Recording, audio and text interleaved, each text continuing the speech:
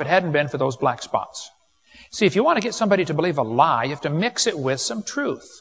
That's a technique they've used for years to kill rats. You don't give the rat a bowl of poison. You give the rat a bowl of good food with a little poison mixed in. They're mixing two things together that really do not belong together. See, rat poison is 99.995% good food. That's how you trick them. They've done the same thing for years to sell Marlboro cigarettes. They mix them in with cowboys. You can watch any Marlboro commercial. There's something about a cowboy in there. Have you stopped and thought about that? What is the connection between smoking Marlboro and cowboys? Do all cowboys smoke Marlboro? No. Do you have to smoke Marlboro to be a cowboy? No. If you start smoking Marlboro, do you become a cowboy automatically? No. You may smell like a horse, but you are not a cowboy. Okay? Actually, it's been proven in laboratory tests that nobody in the world smokes. Nobody smokes. Only the cigarette smokes. The person is the sucker. That's all. I think they ought to put the real name on those things. We ought to have some truth in advertising. You know, they should really be calling them cancerettes, breath rotters, bypass, malignant phlegm balls, and money suckers. Mm-hmm. They do the same thing with beer, though. They try to associate beer with sports. What does beer have to do with sports? They get some big football player holding his can of Bud Dummer. Or Bud Stupid. They call it Bud Weiser. It don't make him any wiser, that's for sure. He's got his Bud Dummer, Miller Low Life, or Dead Dog, whatever it is. He says, man, you drink this stuff and you will be a football player. Yeah, right. The Bible says, you drink that stuff, you will wreck your life. Who hath woe, who hath wounds without cause, they that tarry long at the wine. The Bible says, don't even look at it when it gets fermented. Habakkuk said, woe to him who giveth his neighbor drink. There's a lot in the Bible about don't even touch that stuff. One kid said, what's the matter, Hovind? Don't you like beer? I said, I don't know. I've never tasted it. I'm 52 years old, never had a drop in my life. Well, I've had NyQuil a couple times. But he said, how do you know you won't like it if you don't try it? I said, now, son, that's a brilliant way to live your life. Let me ask you a question, son. Have you ever laid your head under a semi-truck? Well, how do you know you won't like it if you don't try it? You don't have to try everything to figure out if it's good or bad, okay? There are other ways to learn, you know, like watching somebody else do it. Wow, don't do that. That will hurt, you know. Like famous redneck last words. Hey, y'all, watch this, you know. I like science, folks. I collect science books, and there's a lot of good science in these books, but there's some poison mixed with it. It's kind of like the rat poison. It's not the good food I'm against. It's the poison. We like science. We have Dinosaur Adventureland in Pensacola. Come on down, pay us a visit. It's a science center, a museum, and a theme park, all based on creation. We're having so much fun. We've had over 50,000 visitors now just in the first couple of years we've been open. Lots of things to do down there. We got a 7-foot snake that ate a kid last week. She's gone now. But that's okay. There's a lot of kids, and you can always make another one. We have lots of things to play with. We collect skins and skulls of animals, so you hunters get out there and send me Bambi's daddy's head if you want for a museum. Everything we do has a science lesson and a spiritual lesson. We like science at our place. We have all kinds of fun things to do. John shot the T-Rex and hung his head on the building right there. Have a museum all based on creation and a science center with everything with hands-on science lessons and spiritual lessons. Matter of fact, we teach the kids the scientific way to shoot a rubber band. I need a boy and a girl who would like to learn the scientific way to shoot a rubber band. Who would like to learn? Okay, that boy right there, come on up here. And one girl, let's get one girl. Come on. Way back there. Okay, hurry, run. Let's go. The scientific way to shoot a rubber band. What's your name, sir? Josh. How old are you, Josh? I was 10 for a whole year one time. That's amazing. I was supposed to be 11, but I was sick for 3 years when I was 2.5. Okay. And how old are you going to be when you're almost 12? 11. And how much does your mom pay you to be good? So you're good for nothing, and you're 10. Okay, good. Pick a rubber band out of here, Josh. Okay, the brown one. And what's your name, ma'am? Laura. Pick a rubber band out of there, Laura. You want the pink one, of course. Oh, girl. Okay. Now what I want you to do, Josh and Laura, we're going to stand here and shoot the rubber band down the center aisle. Go ahead. Oh, that one won't work. That's a double one here. Let me try an orange one here. That's two tied together. I didn't see that. Okay, Josh, shoot the rubber band down the center aisle. Past the table. Not too far. Laura, give it a try. Come on. Ooh, 3 rows back. Now watch carefully. I'm going to get down same size as you guys. And I'm going to show you the scientific way to shoot a rubber band. You ready for this? I want you to notice now, my fingers do not leave my hand at any time. You believe that? Okay, now pay attention. You see the guy sitting in the way back of the church?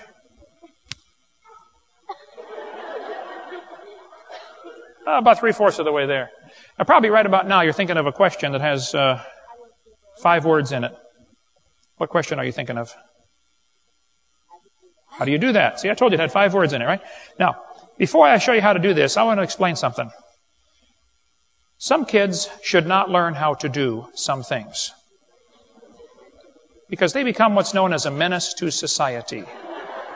Who's responsible for this kid right here? Where's your mom and dad? Is he safe with this information? Mom says no. And who's responsible for this one here? Where's... Nobody? Oh, back there. Did your husband come? No. Okay, now pay attention. The scientific way to shoot a rubber band, okay? There are 2 sides to the rubber band. Are you with me so far? Okay. One side represents your flesh, that's your body, okay? The other side is your spirit. Now, your spirit has to live in your flesh or else you're dead. See, if your spirit ever leaves your flesh, you got a real problem on your hands. Actually, the neighbors do. Okay. But what most people do wrong in rubber band shooting and in real life, they put the same emphasis on the flesh and the spirit. See, if you pull both sides the same and let it fly, if you could watch it in slow motion, both sides are going... And all the energy is wasted inside the rubber band because the flesh and the spirit are fighting with each other. So, the secret to high-speed velocity through a fluid medium such as the atmosphere, which offers resistance, is to minimize or eliminate the turbulence. Okay? All I did when you guys weren't watching was stretch one side tighter than the other. One side's tight.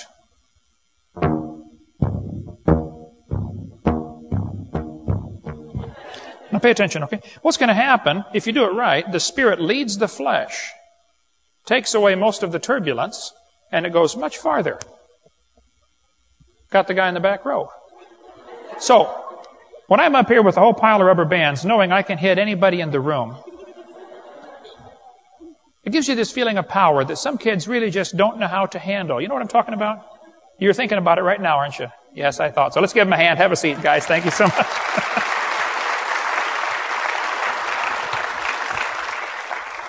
The Bible says, the flesh lusteth against the spirit against the flesh. They're contrary one to another. This is why some of you are not going to go very far in your spiritual life. You feed the flesh too much. Shut off the TV once in a while, simple. Okay?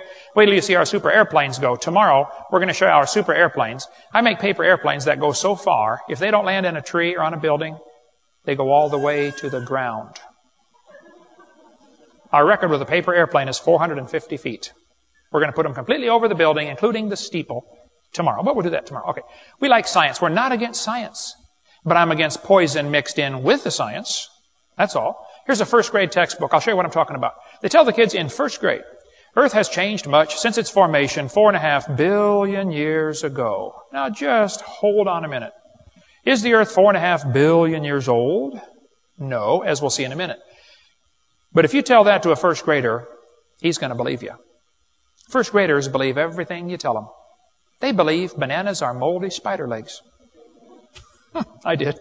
And then tell them again in second grade, since its formation 4.5 billion years ago, Earth has changed. Down at the bottom it says, life too has evolved on Earth.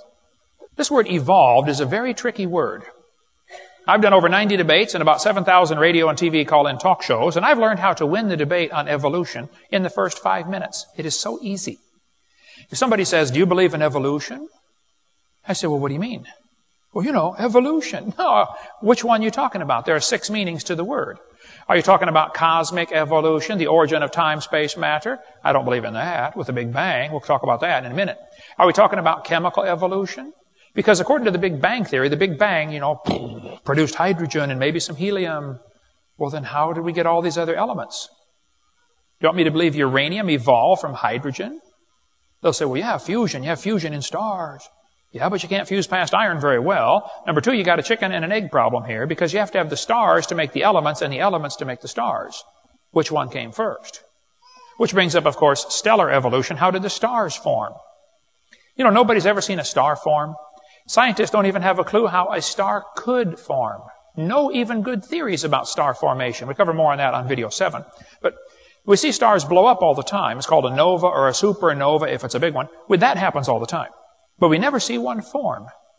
And yet there's enough stars out there that we know about that everybody on planet Earth, every single individual, can personally own 11 trillion stars to yourself. Those are the ones we know about. We don't know about the ones that we don't know about. Fourthly, there's going to have to be organic evolution. Life has to get started from non-living material. Nobody has a clue how that could happen. Then we're going to have what's called